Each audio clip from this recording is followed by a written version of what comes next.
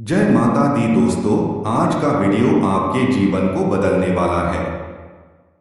क्या आपने कभी सोचा है कि सिर्फ किसी मंत्र को सुनने या जपने से आपका बैंक बैलेंस इतना बढ़ सकता है कि देखकर आप खुद हैरान रह जाएं?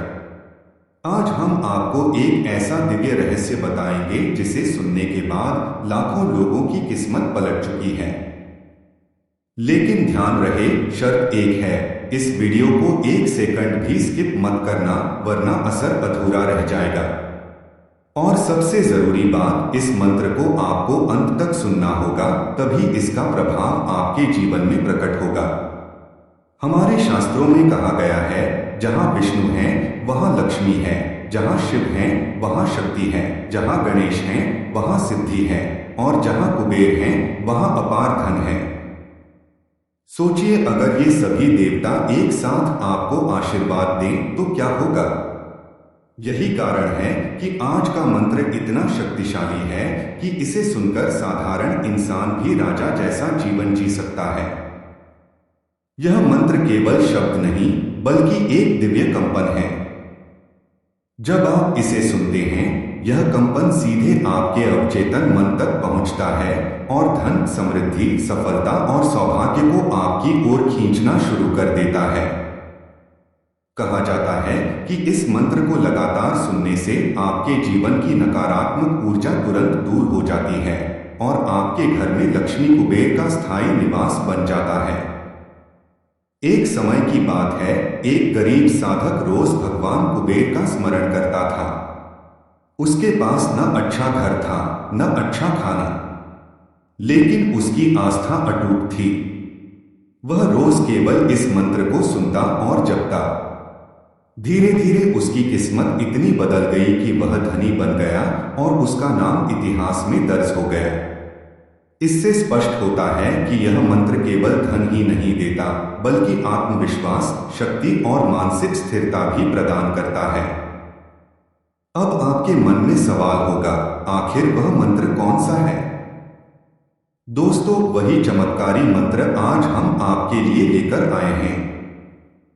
ध्यान रहे, इसे केवल सुनना ही नहीं, बल्कि महसूस करना है, दिल से ग्रहण करना है। अगर इसे बीच में छोड़ा गया तो असर अधूरा रहेगा।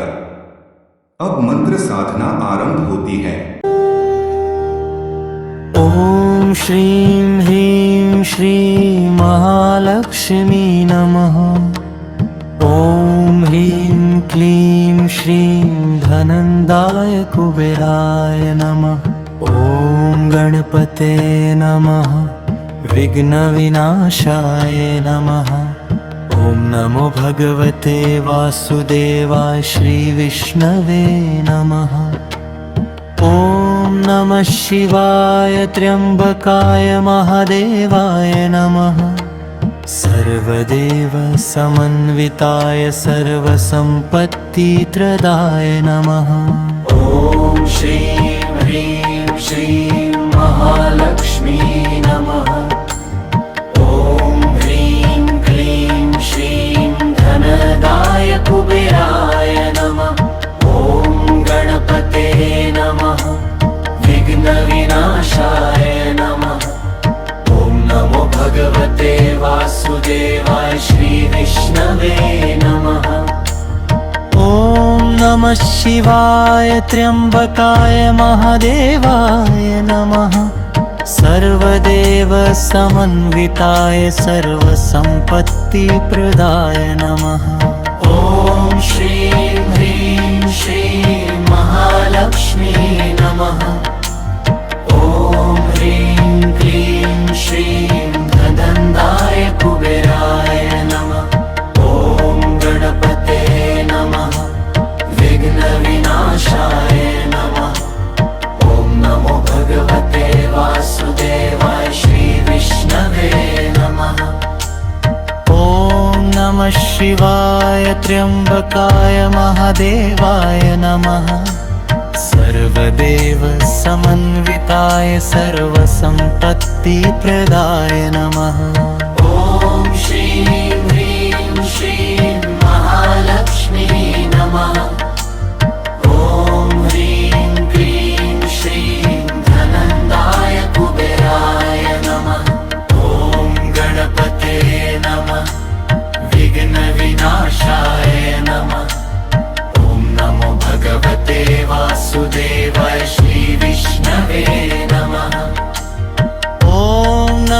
शिवाय त्र्यम्बकाय महादेवाय नमः सर्वदेवसमन्विताय सर्वसम्पत्तिप्रदाय नमः ॐ श्रीं ह्रीं श्रीं महालक्ष्मी नमः ॐ ह्रीं क्लीं श्रीं धनन्दाय कुबेराय नमः ॐ गणपते नमः विघ्नविनाशाय नमः ॐ नमो भगवते वासुदेवाय श्रीविष्णवे नमः ॐ नमः शिवाय त्र्यम्बकाय महादेवाय नमः सर्वदेवसमन्विताय सर्वसम्पत्तिप्रदाय नमः ॐ श्रीं ह्रीं श्रीं महालक्ष्मी नमः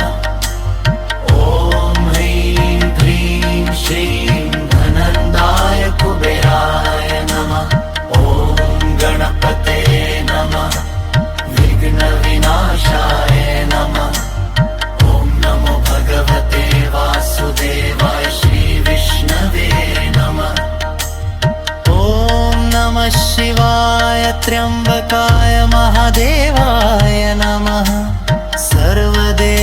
सर्वदेवसमन्विताय सर्वसम्पत्तिप्रदाय नमः ॐ श्रीं ह्रीं श्रीं महालक्ष्मी नमः ॐ ह्रीं क्लीं श्रीं धनन्दाय कुबेराय नमः ॐ गणपते नमः विघ्नविनाशाय नमः ॐ नमो भगवते वासुदेवाय श्रीविष्णवे नमः ॐ नमः शिवाय त्र्यम्बकाय महादेवाय नमः सर्वदेवसमन्विताय सर्वसम्पत्तिप्रदाय नमः ॐ श्रीं ह्रीं श्रीं महालक्ष्मी नमः ॐ ह्रीं क्लीं श्रीं धनन्दाय कुबेराय नमः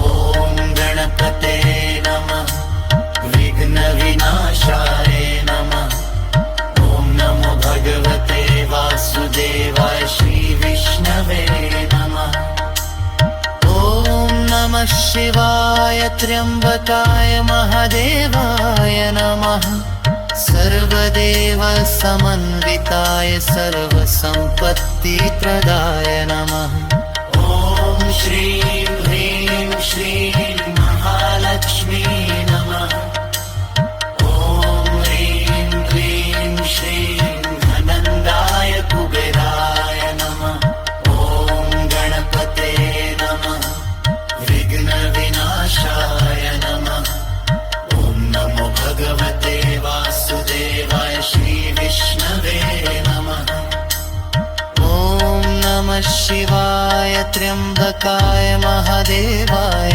नमः सर्वदेवसमन्विताय सर्वसम्पत्तिप्रदाय नमः ॐ श्रीं ह्रीं श्रीं महालक्ष्मी नमः ॐ ह्रीं क्लीं श्रीं धनन्दाय कुबेराय नमः ॐ गणपते नमः विघ्नविनाशाय नमः ॐ नमो भगवते वासुदेवाय श्रीविष्णवे नमः ॐ नमः शिवाय त्र्यम्बकाय महादेवाय नमः सर्वदेवसमन्विताय सर्वसम्पत्तिप्रदाय नमः ॐ श्रीं ह्रीं श्रीं महालक्ष्मी नमः ॐ ह्रीं क्लीं श्रीं धनन्दाय कुबेराय नमः ॐ गणपते नमः विघ्नविनाशाय नमः ॐ नमो भगवते वासुदेवाय श्रीविष्णवे नमः ॐ नमः शिवाय त्र्यम्बकाय सर्वदेव समन्विताय सर्वसम्पत्तिप्रदाय नमः। ॐ श्रीं ह्रीं श्रीं महालक्ष्मी नमः। ॐ ह्रीं क्लीं श्रीं धनन्दाय कुबेराय नमः। ॐ गणपते नमः। विघ्नविनाशाय नमः। ॐ नमो भगवते वासुदेवाय श्रीविष्णवे नमः। ॐ नमः शिवाय त्र्यम्बकाय महादेवाय नमः। सर्वदेव समन्विताय सर्वसम्पत्तिप्रदाय नमः। ॐ श्रीं ह्रीं श्रीं महालक्ष्मी नमः। ॐ ह्रीं क्लीं श्रीं धनदाय कुबेराय नमः। ॐ गणपते नमः। विघ्नविनाशाय नमः। ॐ नमो भगवते वासुदेवाय श्रीविष्णवे नमः। ॐ नमः शिवाय त्र्यम्बकाय महादेवाय नमः। सर्वदेव समन्विताय सर्वसम्पत्तिप्रदाय नमः। ॐ श्रीं ह्रीं श्रीं महालक्ष्मी नमः। ॐ ह्रीं क्लीं श्रीं धनन्दाय कुबेराय नमः। ॐ गणपते नमः। विघ्नविनाशाय नमः। ॐ नमो भगवते वासुदेवाय श्रीविष्णवे नमः। ॐ नमः शिवाय त्र्यम्बकाय महादेवाय नमः। सर्वदेव समन्विताय सर्वसम्पत्तिप्रदाय नमः। ॐ श्रीं ह्रीं श्रीं महालक्ष्मी नमः। ॐ ह्रीं क्लीं श्रीं धनन्दाय कुबेराय नमः। ॐ गणपते नमः।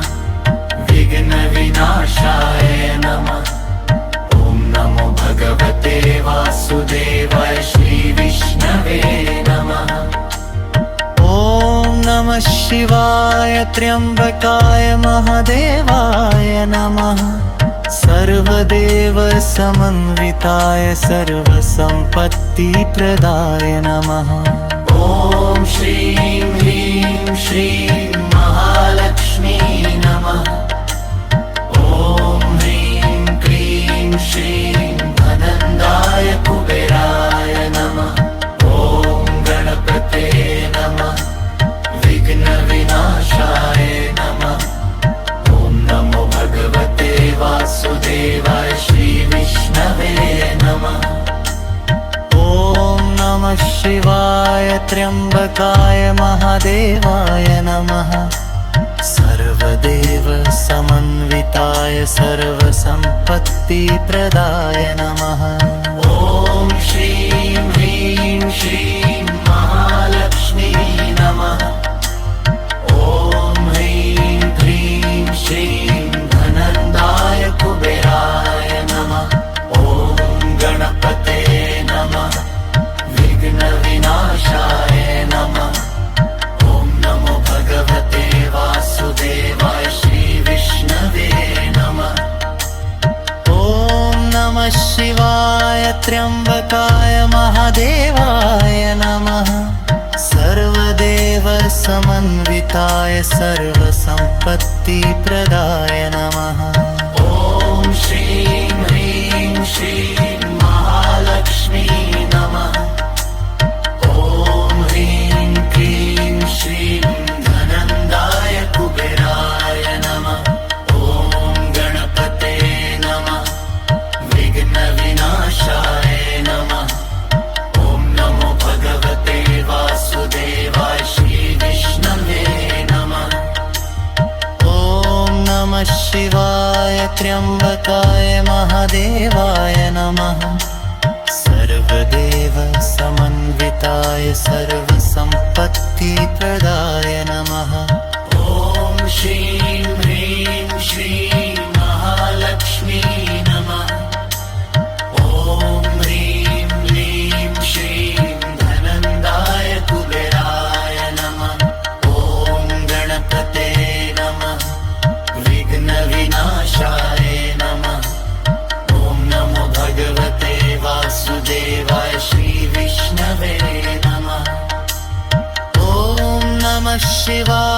त्र्यम्बकाय महादेवाय नमः सर्वदेव समन्विताय सर्वसम्पत्तिप्रदाय नमः ॐ श्रीं ह्रीं श्रीं महालक्ष्मी नमः ॐ ह्रीं क्लीं श्रीं धनन्दाय कुबेराय नमः ॐ गणपते नमः विघ्नविनाशाय नमः ॐ नमो भगवते वासुदेवाय श्रीविष्णवे नमः ॐ नमः शिवाय त्र्यम्बकाय महादेवाय नमः सर्वदेव समन्विताय सर्वसम्पत्तिप्रदाय नमः ॐ श्रीं ह्रीं श्रीं महालक्ष्मी नमः ॐ ह्रीं क्लीं श्रीं धनन्दाय कुबेराय नमः ॐ गणपते नमः विघ्नविनाशाय नमः ॐ नमो भगवते वासुदेवाय श्रीविष्णवे नमः ॐ नमः शिवाय त्र्यम्बकाय महादेवाय नमः सर्वदेव समन्विताय सर्वसम्पत्तिप्रदाय नमः ॐ श्रीं ह्रीं श्रीं महालक्ष्मी नमः ॐ ह्रीं क्लीं श्रीं धनन्दाय कुबेराय नमः ॐ गणपते नमः विघ्नविनाशाय नमः ॐ नमो भगवते वासुदेवाय श्रीविष्णवे नमः ॐ नमः शिवाय त्र्यम्बकाय महादेवाय नमः सर्वदेव समन्विताय सर्वसम्पत्तिप्रदाय नमः ॐ श्रीं ह्रीं श्रीं महालक्ष्मी नमः ॐ ह्रीं क्लीं श्रीं